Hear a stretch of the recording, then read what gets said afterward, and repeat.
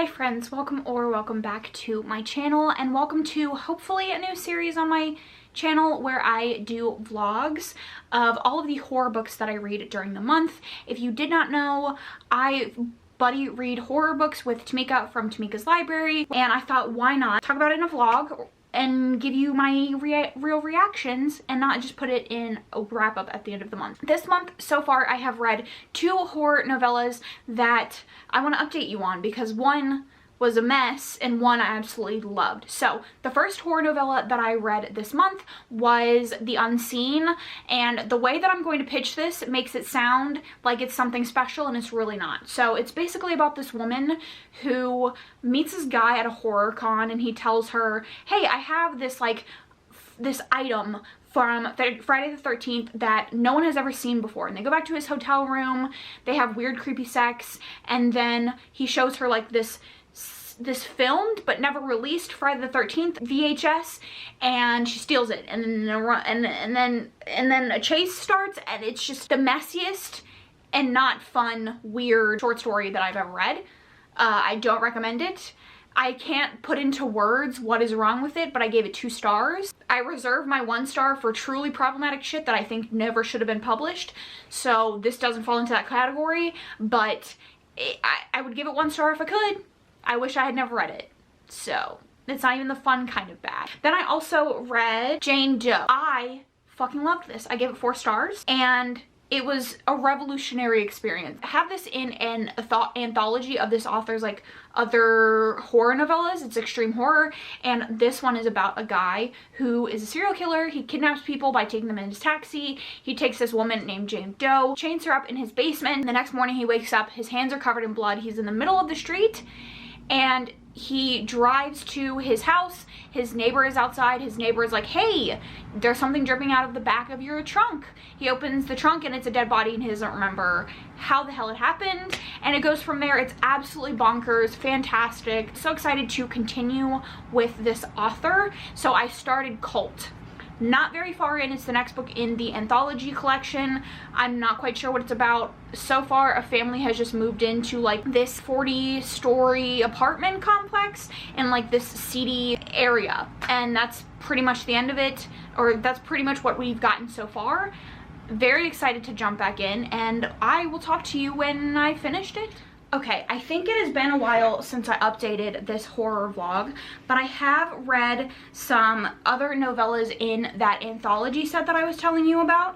So I finished Cult, and I gave it 4 stars. So this is about a woman, it's about a girl, I think she's 18 or 19, and she moved into like this huge like 19 or 20 level apartment building, and she ends up getting kidnapped by the people that live there, and it is like it's like a whole conspiracy. Pretty short, so I don't want to go too in depth into what it's about, but it's a survival story, and I really enjoyed it. I definitely think it lagged in some places, and the ending was a little bit like action movie-y, but I think he just does such a good job of building the like horror-y, thriller, anticipation aspects that it was good. I then jumped into Unbound, which is kind of where it's starting to go downhill for me, so I ended up giving this one 3 stars. This is about a guy who is assaulted sexually and physically by this group of guys in an alley one day, and he decides to summon a demon to have that demon help him get revenge on the guys who did it to him. And this kind of opened my eyes to something that I was glossing over in the other stories, which is that like sexual things is a huge part of this author's writing.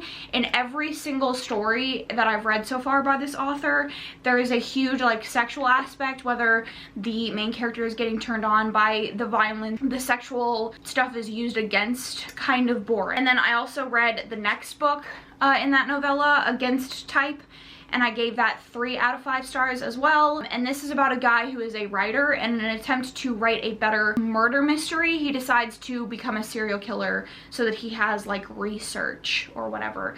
And you're going through all of the different people that he has killed. It's very disjointed. The story doesn't make a whole lot of sense. The timeline is very weird. There's mentions of these bodies but no explanation, or the explanation is given in like 2 sentences and it doesn't make a whole lot of sense. And so I think I'm just gonna take a break from this anthology set and move on to something else. I do have some other things on my list. Splatterfest. So this is about a horror con that is happening at a compound that was the site of a cult massacre. The spotlight is the premiere of Midnight Star, a film about the cult and its gruesome ends. Then the celebrities start dying. Stephanie finds connections to the long dead Midnight Star cult and suspects murder. Someone is targeting the stars. So 316 pages. I will probably try to update you a little bit more through this. It's just hard to do it when it's like an 80-page novella. It's hard to like update as I go when it's like an 80-page novella. I'm here to wrap up the last book that I read for this vlog because I don't anticipate myself reading anything else this month horror related. So I finished Splatterfest yesterday and I ended up giving this 3 stars. So like I said, this is about a heroine who works for a video store that puts on a Splatterfest every year.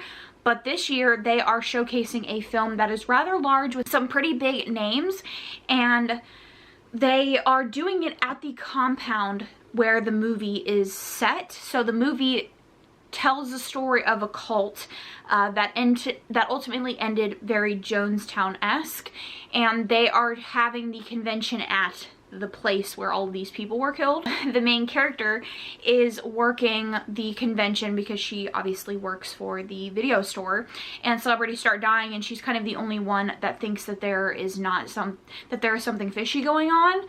So you're getting her point of view, trying to figure out what's going on, but also the point of view of the celebrities as they're dying.